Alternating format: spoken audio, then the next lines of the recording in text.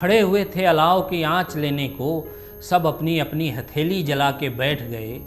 लहू लुहान नज़ारों का जिक्र आया तो शरीफ लोग उठे दूर जाके बैठ गए। लहू लुहान नज़ारों का जिक्र आया तो शरीफ लोग उठे दूर जाके बैठ गए।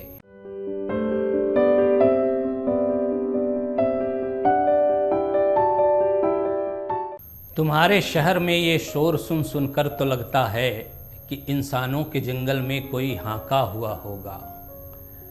कई फाके बिताकर मर गया जो उसके बारे में, वो सब कहते हैं अब ऐसा नहीं ऐसा हुआ होगा।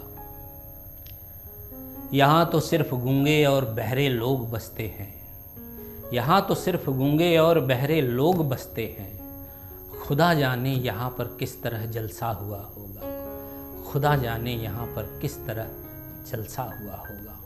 दुष्यंत कुमार। यूँ तो जनता की कविता की जब भी हम बात करते हैं तो हमारे सामने वह कविता अवश्य होती है जो जनता के सुख दुख में, उसके संघर्षों में, उसके जीवन संग्राम में हमेशा साथ होती है। आज़ादी के बाद की जन पक्षधरता और जन संघर्षों की कविता में एक नाम जो खास है वह है दुष्यंत कुमार का। दुष्यंत एक परिवर्तनकामी रचनाकार हैं, जीवन की सहजता में विश्वास रखने वाले लेखक, अपनी अनुभूति को ईमानदारी के साथ पेश करने वाले शायर।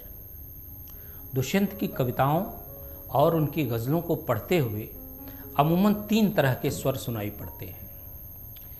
एक स्वर स्वीकार का है जो बहुत शांत और मध्यम है। दूसरा अस्वीकार का है जो व्यापक परिवर्तन का आकांक्षी है, जिसमें बेचैनी, नाराज़गी, असुरक्षा का भय, असमानता और अन्याय का प्रतिरोध है। तीसरा स्वर वह है जिसमें उन्होंने अपने प्रेम के लिए स्पेस को बहुत शिद्दत के साथ तलाशा है। जब भी दुख जाहिर किया, उन लोगों का किया जिनका दुख दुनिया के लिए कोई मायने नहीं रखता। वही लोग जो अपने दुख अपने सीनों में लिए जीते रहते हैं और ऐसे ही मर जाते हैं। शायर जब अपने दुखों को शब्द देने लगता है तो उसकी शायरी में हल्की हल्की चिंगारियाँ नज़र आने लगती हैं और पढ़ने सुनने वाले लोगों को धीमी धीमी आँच महसूस होने लगती है। दुष्यंत जनता के विश्वास को इस रूप में दर्ज करते हैं। एक चिंगारी कहीं से ढूंढ लाओ दोस्तों, एक चिंगारी कहीं से ढूंढ लाओ दोस्तों, इस दिए में तेल से भीगी हुई बाती तो है। दुख नहीं कोई कि अब उपलब्धियों के नाम पर, दुख नहीं कोई कि अब उपलब्धियों के नाम पर, और कुछ हो या न हो आकाश सी छाती तो है, और कुछ हो या न हो आकाश सी छाती तो है। कैसे मंजर सामने आने लगे हैं, गाते गाते लोग चिल्लाने लगे हैं। कैसे मंजर सामने आने लगे हैं, गाते गाते लोग चिल्लाने लगे हैं। दुष्यंत के बारे में कई तरह से कहा जा चुका है, कई तरह से कहने का रिवाज उनकी गज़लों के बारे में रहा है।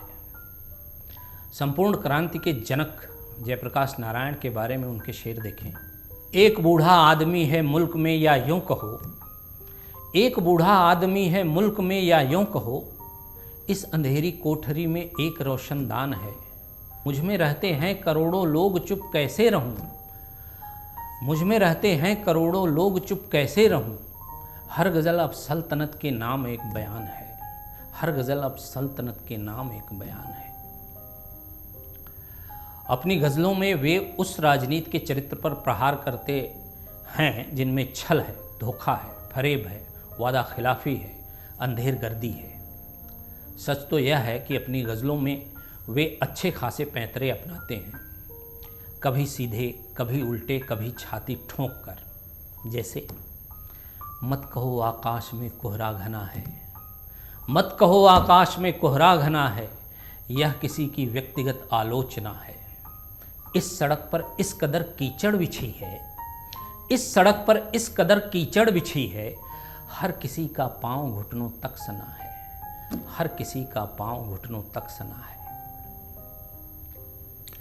दुष्यंत कुमार अपने हाथों में अंगारे लिए ऐसे ही एक शायर हैं जो अपने लोगों की जिंदगियां अंधेरी होने के कारण ही नहीं बताते, बल्कि उन्हें रोशन करने के उपाय भी सुझाते हैं। रहनुमाओं की अदाओं पर फिदा है दुनिया, रहनुमाओं की अदाओं पर फिदा है दुनिया। इस बहकती हुई दुनिया को संभालो यारों, इस बहकती हुई दुनिया को संभालो यारों। या उनका दूसरा शेर देखें कि अब तो इस तालाब का पानी बदल दो, अब तो इस तालाब का पानी बदल दो, ये कमल के फूल कुम्हलाने लगे हैं। अब नई तहजीब के पेशे नज़र हम, अब नई तहजीब के पेशे नज़र हम, आदमी को भून कर खाने लगे हैं, आदमी को भून कर खाने लगे हैं। खड़े हुए थे अलाव की आँच लेने को, खड़े हुए थे अलाव की आँच लेने को, सब अपनी अपनी हथेली जलाकर बैठ गए। खड़े हुए थे अलाव की आँच लेने को, सब अपनी अपनी हथेली जला के बैठ गए। लहू लुहान नज़ारों का जिक्र आया तो शरीफ लोग उठे दूर जाके बैठ गए। लहू लुहान नज़ारों का जिक्र आया तो शरीफ लोग उठे दूर जाके बैठ गए।